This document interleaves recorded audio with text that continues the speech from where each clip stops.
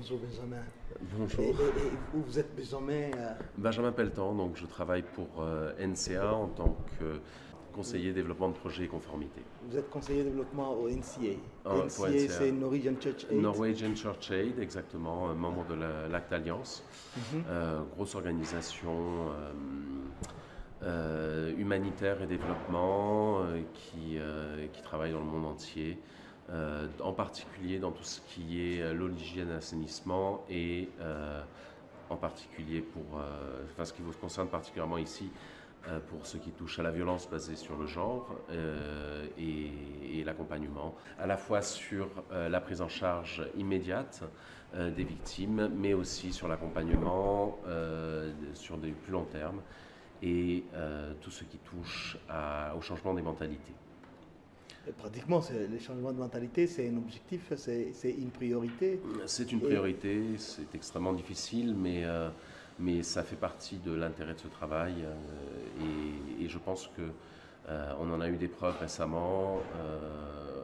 Il y a des progrès qui sont faits jour après jour à travers le monde et au Congo en particulier sur toute cette question. C'est un milieu où il y a eu beaucoup de guerres. Il y a eu pratiquement la guerre pendant autant de temps et ça continue même. Et comment vous pensez vous y prendre dans le changement de mentalité? Alors, ce n'est pas nous qui allons changer les mentalités. Nous, on est une organisation internationale, non gouvernementale, norvégienne. Qu'est-ce que nous avons, nous, à dire au peuple congolais? C'est pas donc nous qui allons faire ce changement, mais bien tous nos partenaires nationaux. C'est eux qui vont apporter, qui vont savoir comment s'adresser aux gens, par quel biais, quelles sont les structures de pouvoir qu'il va falloir faire changer. Et c'est de cette façon-là qu'il y aura un changement. Et c'est pour ça que NCA est très, très fier de travailler fortement main dans la main avec beaucoup de partenaires nationaux. Le travail de la localisation, c'est-à-dire du transfert de l'aide internationale, non plus à des partenaires internationaux, mais bien à des partenaires nationaux, est extrêmement important parce que c'est par là que va se faire le changement, c'est par là que les crises vont se résoudre, parce que la solution n'est pas entre nos mains, mais elle est bien entre vos mains, ici, sur place. Et vous êtes à la Fondation Panzi aujourd'hui? Exactement, à la Fondation Panzi. L'objet de votre visite? Alors, je suis aujourd'hui dans le cadre d'un projet un peu plus vaste pour tous les partenaires de NCA. C'est de réévaluer l'ensemble des partenaires de NCA d'un point de vue organisationnel. Alors, à la fois au niveau de la gouvernance, au niveau de vos capacités programmatiques, au niveau de vos capacités financières, au niveau de vos capacités logistiques et de gestion. L'idée étant d'identifier vos forces, d'identifier potentiellement vos faiblesses, même si je ne suis pas sûr que je vais en trouver beaucoup à la Fondation Panzi, et de façon à mettre en place un plan de renforcement de capacité sur les 2 prochaines années pour justement garantir votre capacité à survivre au-delà de votre relation avec NCA et votre capacité à pouvoir continuer ce travail sur du long terme. NCA a été avec la Fondation Panzi depuis le début, la construction d'abord de ce même bâtiment et l'accompagnement qui a suivi, et même jusqu'au niveau de l'obtention du prix Nobel. NCA a été toujours, ou Norwegian Christian Church, ils étaient toujours là, Norske Kristen Råd. Dans la mesure du possible, vous nous avez accompagnés, et qu'est-ce que vous avez trouvé maintenant? Où est-ce que vous avez trouvé qu'il fallait améliorer? Oh, je suis incapable de dire.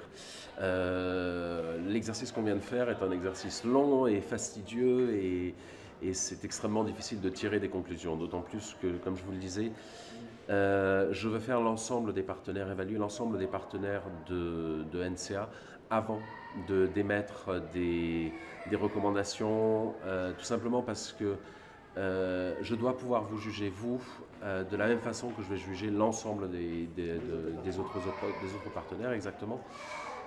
Et je ne peux le faire qu'en ayant vu l'ensemble. C'est pour ça que je ne peux pas aujourd'hui vous dire où sont vos forces, où sont vos faiblesses.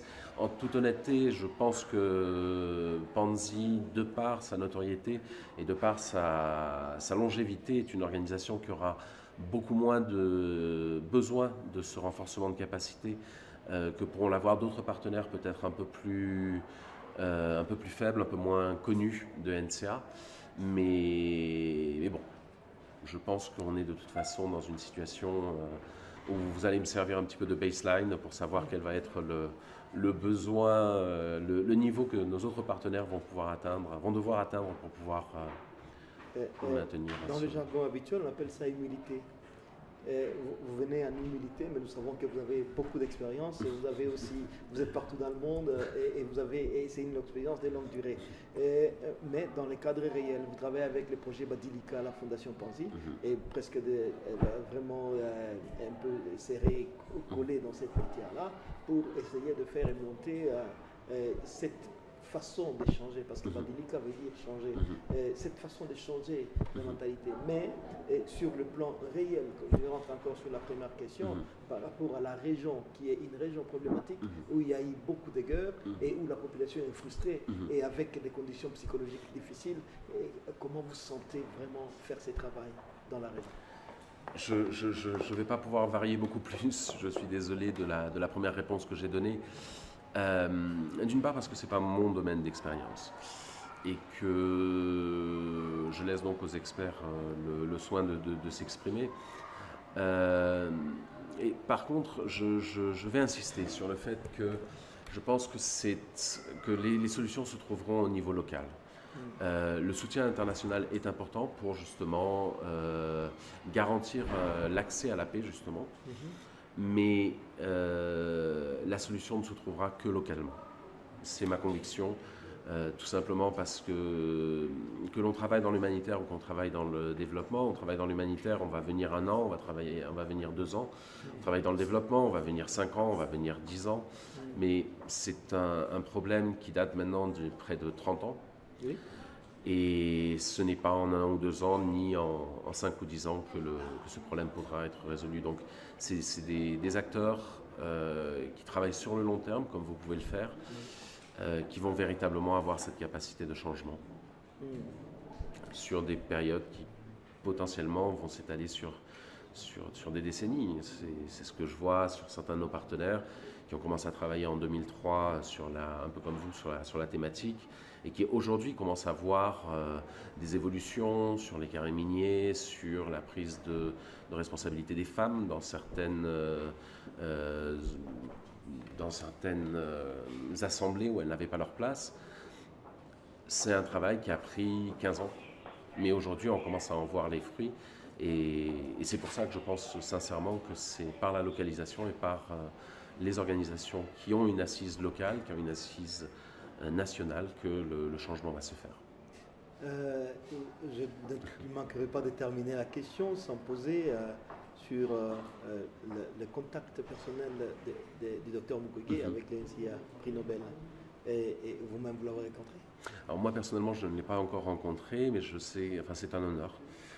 C'est un honneur de pouvoir travailler avec quelqu'un d'aussi important et notable, qui est aussi sincère. C'est la sincérité qui dans ce cadre-là, est quelque chose d'important, parce que c'est à travers ce genre de valeurs que l'on sait que la personne veut véritablement changer les choses. Et bon, je me sens très humble face à une personnalité telle qui lutte sur ces questions depuis maintenant des dizaines et des dizaines d'années. Monsieur Benjamin, merci. Merci à vous.